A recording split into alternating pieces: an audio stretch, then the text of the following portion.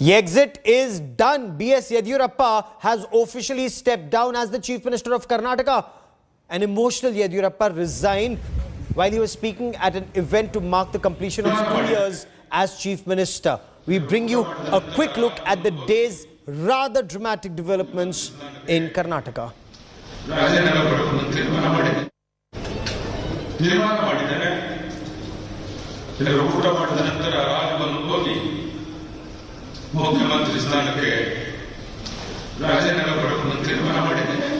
On that emotional note, B.S. Yediyurappa has stepped down as the Chief Minister of Karnataka.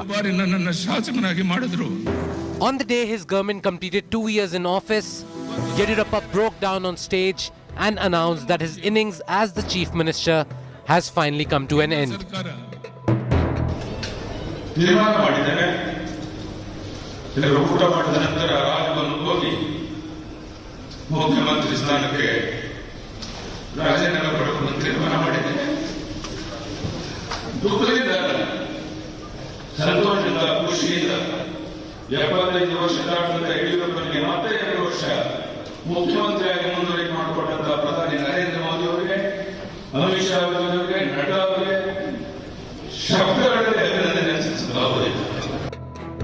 Yediyurappa submitted his resignation to the governor and assured that he wasn't going anywhere and that he will continue to work for the BJP.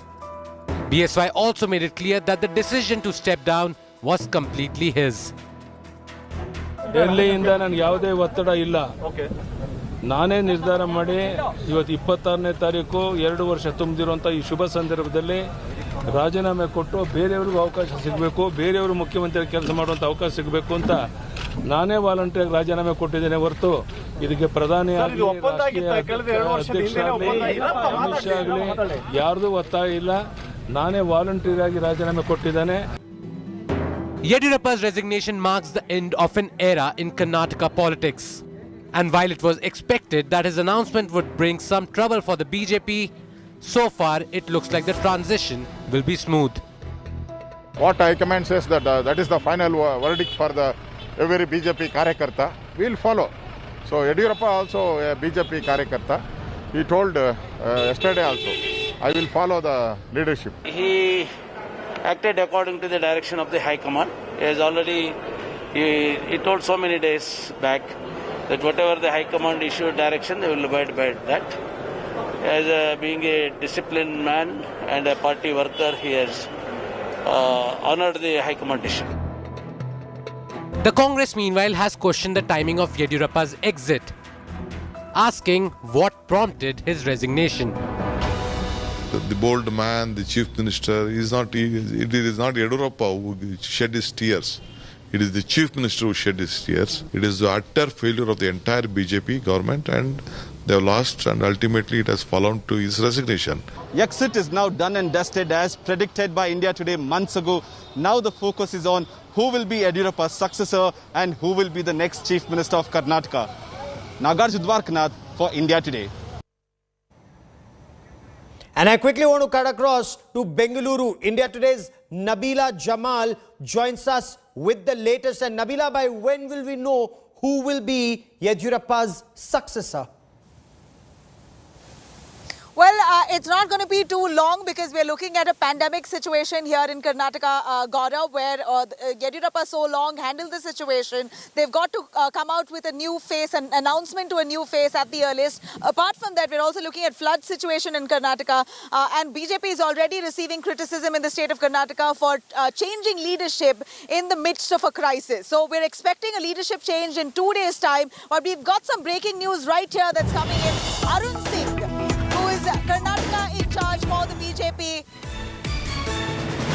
Karnataka in charge for the BJP. Arun Singh is now going to be in Karnataka tomorrow. He is going to be monitoring the situation here in Karnataka and will be soon announcing the chief ministerial face along with Union Minister Dharmendra Pradhan, who are the two central observers for Karnataka. Sources say the decision on the next chief minister is likely in 2 days made by both these central observers.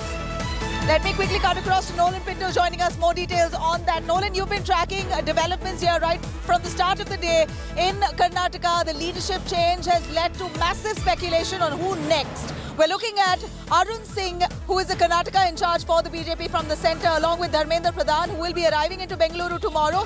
Hectic parleys already have begun. It will be leading up to tomorrow as well, with the central leaders coming to town, judging and deciding on who's going to be the next chief minister. Do you think a decision is likely by tomorrow?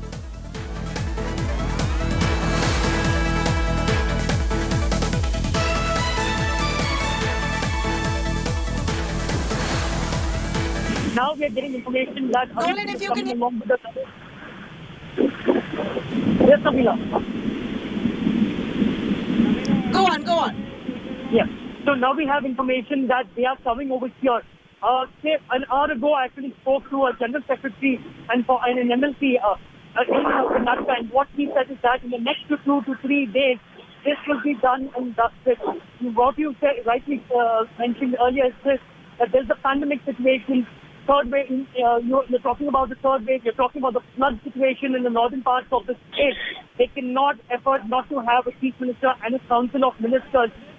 That's one of the reasons why the BJP is taking this very, very decisive decision. And apart from that, the problem has already started. In fact, I'm getting information that because the BJP changed Yediyurappa, even though Yediyurappa stated that voluntarily he has actually stepped down, his supporters in Shivamogga as of now are protesting against the BJP High Command for actually forcing him. As of now, protests are actually going on in Shivamogga. Right, Nolan, of course, we do know that a lot of suspense over who's going to be the next chief minister still continues. And I'm going to lead on to our next story here. Who's going to be the next chief minister of Karnataka? Of course, Yediyurappa has now resigned, and now a lot of talk on who's going to be his ideal successor. Like Nolan said, several names have already popped up from several caste and communities. I'm going to take you through a few of those, including Karnataka Home Minister Basavaraj Bommai, who is right now in the running, Karnataka Assembly Speaker Vishweshwar Hegde Kageri, who's also in the running, Karnataka Minister of Mines Murugesh Nirani, who's also now in the running for the next chief minister. In fact, they're all hectically lobbying for the post. Union Minister Prahlad Joshi also could be the Brahmin face for the BJP, as speculations are rife. Now, we know that these are the names that are currently doing the rounds. Of course, at the end of it, it will be the decision of the central leadership. In fact, the race for the chief minister has already gathered momentum there, with Karnataka Deputy Chief Minister Lakshman Savadi's supporters already flooding social media platforms with posters declaring him as the next chief minister. Now, BJP Chief JP Nadda has also said, along with Home Minister Amit Shah, that they will be holding meetings. In fact, it's currently underway, hectic parleys, to discuss names for the next Karnataka Chief Minister. India Today also learns that BJP Chief JP Nadda has already spoken to party's Karnataka in charge Arun Singh after Yediyurappa announced his resignation. Now, sources say that observers will soon be sending, in fact, they'll be sent to the state of Karnataka to kickstart the process of appointing the new chief minister. It's also learned that Karnataka could get a new leader by end of this week. Until then, Yediyurappa will be continuing as the caretaker chief minister. We had reactions coming in on the same. Let's cut across. And also, sir, as far as the cabinet is concerned, will it be a complete reshuffle that you have? That's $1 billion question. Sir, now there are talks of you being the next chief minister as well, considering you have been close to the chief minister. That there is no race. It is only a decision. And High Command will have complete information of everybody, party, MLAs and everybody. And whatever the decision High Command takes, everybody should abide. Right.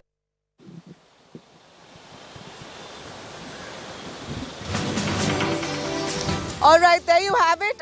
You have leaders already gunning for the post. Several leaders of several communities are hoping that the BJP might just make them their pick. You never know what happens. The BJP, of course, has never been predictable. They can make anybody the leader as per their track record in the past, be it Assam or be it Uttarakhand. Karnataka could be no different. They might just put a person who's absolutely able, capable, may not be as senior, may not be from the typical community or caste that was expected. That remains to be seen.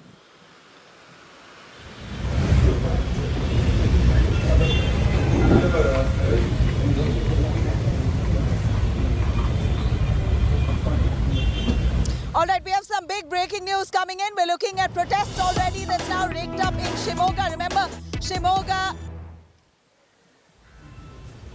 Shimoga right now is the hometown, in fact, of Yediyurappa. Right now, we're looking at protests that's just erupted in Shimoga, where people have already come out in large numbers to protest against this decision of B.S. Yediyurappa resigning. Remember, B.S. Yediyurappa is a Lingayat strongman. Shimoga is a constituency and a district with huge Lingayat support and domination there. We're looking at protesters already who stepped out in protest against this move of Yediyurappa resigning.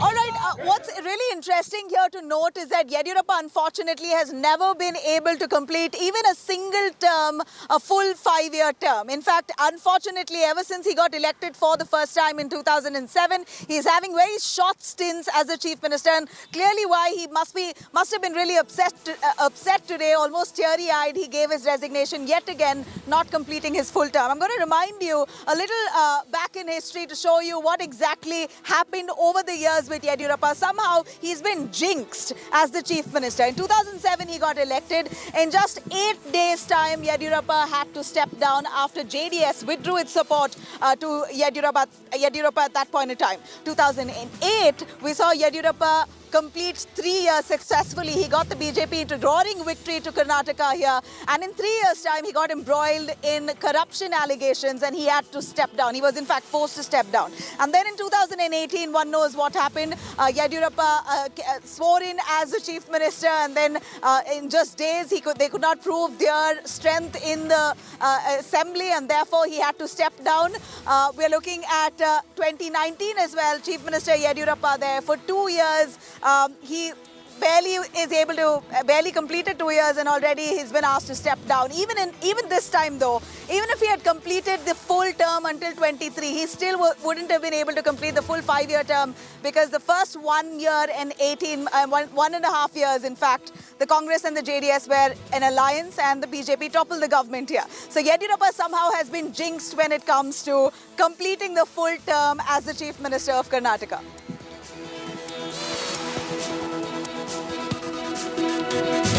Now, let me take you through a little bit of history of B.S. Yediyurappa as he resigns. A quick history on what exactly happened in the year 2013. In fact, one may have forgotten, it was the year that BJP at that time realized the extent of support that Yediyurappa has here in the state of Karnataka. And if at all the BJP distance itself from Yediyurappa, then it's very possible that the BJP government in Karnataka can collapse. So therefore, in May that year, in fact, BSY broke away from the BJP fraction to form his own party, the KJP at that time, and that split, in fact, the BJP's Lingayat base between Yediyurappa's new party as well as the BJP.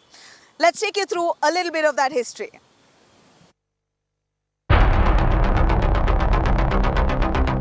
For many, B.S. Yediyurappa has always been the BJP mainstay in Karnataka. He is the undisputed leader of the single largest community in the state, the Lingayats.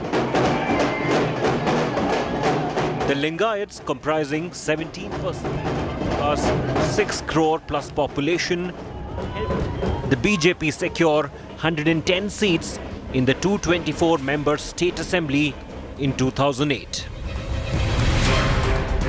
Their sole wish was to see Yediyurappa as the chief minister. However, the BJP government's involvement in corruption and sex scandal was a major reason why it lost significant portion of its urban vote bank in the state in the 2013 polls.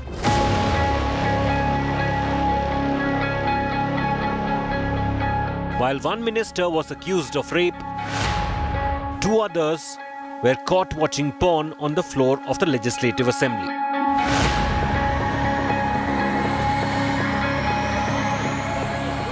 Besides, a dozen ministers, including Yediyurappa, were accused of land grabbing, cheating and corruption.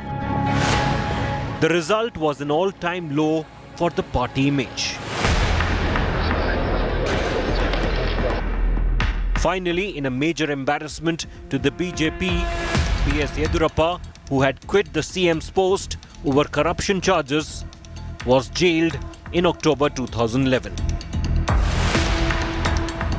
This after the Lokayukta Special Court judge rejected his bail plea in two cases of illegal denotification of land in and around Bengaluru in return for monetary gains.